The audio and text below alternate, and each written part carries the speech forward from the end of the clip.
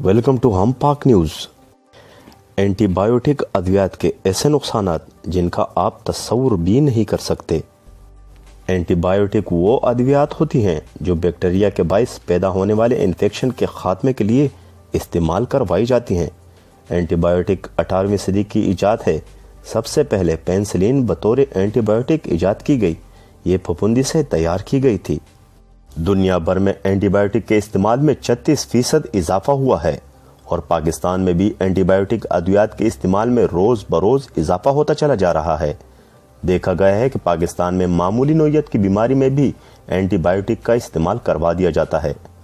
दुनिया भर में ये इजाफा सन 2000 के बाद से देखा गया, जिसमें डॉक्टर बगैर तशखीस बेपरवाही से इन अद्वियात का इस्तेमाल करवा रहे हैं। हमारे यहाँ बदकिस्मती से मरीज एक बार डॉक्टर से एंटीबायोटिक का कोर्स लेने के बाद जब सेहतमंद हो जाता है तो वो दोबारा खुद से ही इन अद्वियात का इस्तेमाल शुरू कर देता है, जो इसके लिए सख्त नुकसानदा होती है। इसीलिए सेल्फ मेडिकेशन से मना किया जाता है। पाकिस्तान के अलावा भारत, बांग्लादेश, इंडोनेशिया, थाईलैंड, मराकश, फिलिपाइन, वियतनाम, त्यूनिस, मिस्र और चीन में भी एंटीबायोटिक अद्वियात का इस्तेमाल बहुत ज़्यादा है, जो कि इंतहाई तशवीशनाक बात है।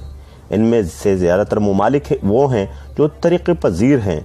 दूसरी तरफ मरीज़ डॉक्टरी नुस्खे के बगैर भी एंटीबायोटिक का इस्तेमाल कर रहे हैं। इसी वजह से हर साल करोड़ों रुपए की एंटीबायोटिक अद्वियात फ़रोख्त हो रही हैं। एंटीबायोटिक का इस्तेमाल ज़्यादा देर तक कभी ना करें। याद रखें, एंटीबायोटिक बैक्टीरिया को ख़त्म करती है, ना कि वायरस को। एंटीबायोटिक से आगाही के लिए ही आज का मौजू आप लोगों के लिए चुना गया है, ताकि आप इसके नुकसानात से वाक़िफ़ियत हासिल कर सकें। एंटीबायोटिक के चीदा नुकसानात देखते हैं। गैर मोहतात इस्तेमाल से इनका इस्तेमाल बीमारियों के खिलाफ कम होता जा रहा है। ज़्यादा देर तक एंटीबायोटिक का इस्तेमाल बड़ी आंत में कैंसर का सबब बन जाता है। एंटीबायोटिक का इस्तेमाल हमेशा टेस्ट व तशखीस के बाद ही किया जाए। टाइफाइड और यरकान में भी एंटीबायोटिक का इस्तेमाल नुकसानदा होता है। एंटीबायोटिक के इस्तेमाल से जिगर को भी नुकसान पहुंचता है। एंटीबायोटिक के इस्तेमाल से एलर्जी और पेट खराब हो जाता है। एंटीबायोटिक का बार बार इस्तेमाल इनका असर कम कर देता है। एंटीबायोटिक का बार बार इस्तेमाल आपको ज़ियाबतीस के मर्ज में मुब्तला कर सकता है।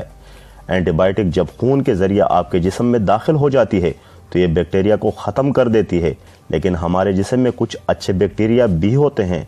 ये दवा उनका भी खात्मा कर देती है, जिससे सेहत ख़राब हो सकती है। कुदरती एंटीबायोटिक में हल्दी क़ुव्वत मुदाफ़ियत को बढ़ाती है, बालों को गिरने से रोकती है, कैंसर से महफूज रखती है, जल्दी बीमारियों से बचाती है, यादाश्त को बेहतर बनाती है। अदरक भी एक ताकतवर एंटीबायोटिक है।